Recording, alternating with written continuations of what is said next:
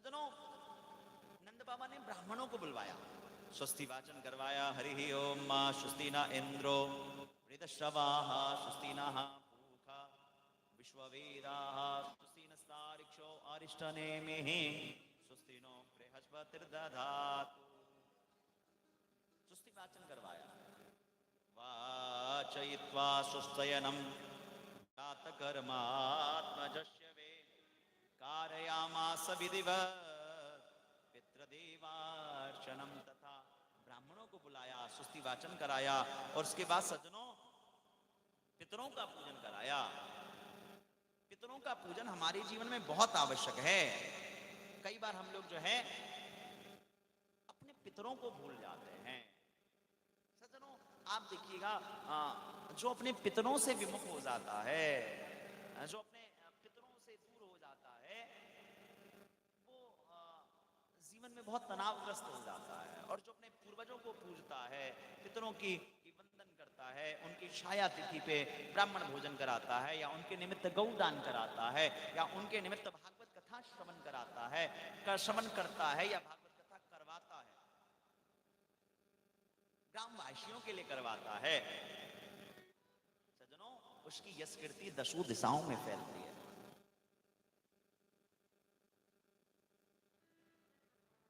इसलिए हम सबको अपने पितरों को अवश्य नमन वंदन करना चाहिए। कई बार अच्छा, आप लोगों में से बहुत लोगों से मैं व्यक्तिगत निवेदन आग्रह करूंगा कि अगर गलती से आपके पितर के द्वारा कुछ गलती हो भी गई हो, जैसे कई बार मैंने लोगों के मुंह से सुना है, लोग आएंगे और मूर्खता बस कह देंगे, महाराज जी क्या करें, दादाजी चले गए लेकिन जाते जाते भी लफड़ा फंसा गए, बंटवारा नहीं करके गए हैं, हमारे बीच में विवाद फंसा गए। अरे भाई मूर्ख आदमी, तेरे को कम से कम देख के तो गए, किसी और को लिख के चले जाते तो तू क्या कर लेता। किसी भी मृत व्यक्ति का जाने के बाद कभी भी अपमान नहीं करना चाहिए। जाने के बाद उनके अवगुणों की कभी चर्चा मत करिए। अगर जीवन में प्रसन्नता चाहते हैं, मैं तो कहूंगा जीते जी भी मत करिए, लेकिन चलो कई बार जीते जी क्या होता है कि क्रोध रहता है, मतभेद रहता है, थोड़ा गुस्सा रहता है, तो हम कह देते हैं आपने पापा ठीक नहीं किया, आप ठीक नहीं कर रहे हो, आप छोड़ो, हम भी बचपन में कह देते थे।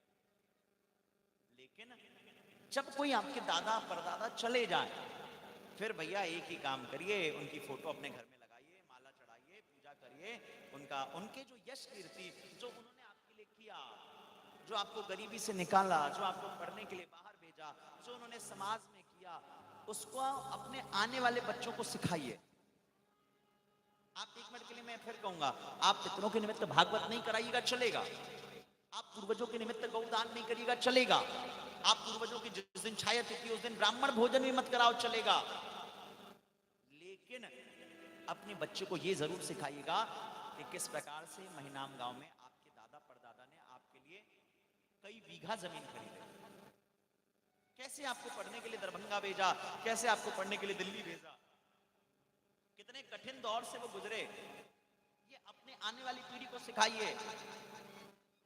अगर आप ऐसा सिखा गए तो मैं सही कहता हूं, आपके बच्चों में संस्कार आएगा और आपके घर में पितृदोष नहीं लगेगा। लेकिन हम लोग क्या करते हैं, पितर कितना भी क्यों ना कर गए हो, अगर बांट बंटवारा नहीं करके गए, देखो क्या होता, कोई भी व्यक्ति अपनी जिंदगी में नहीं चाहता कि बंटवारा हो।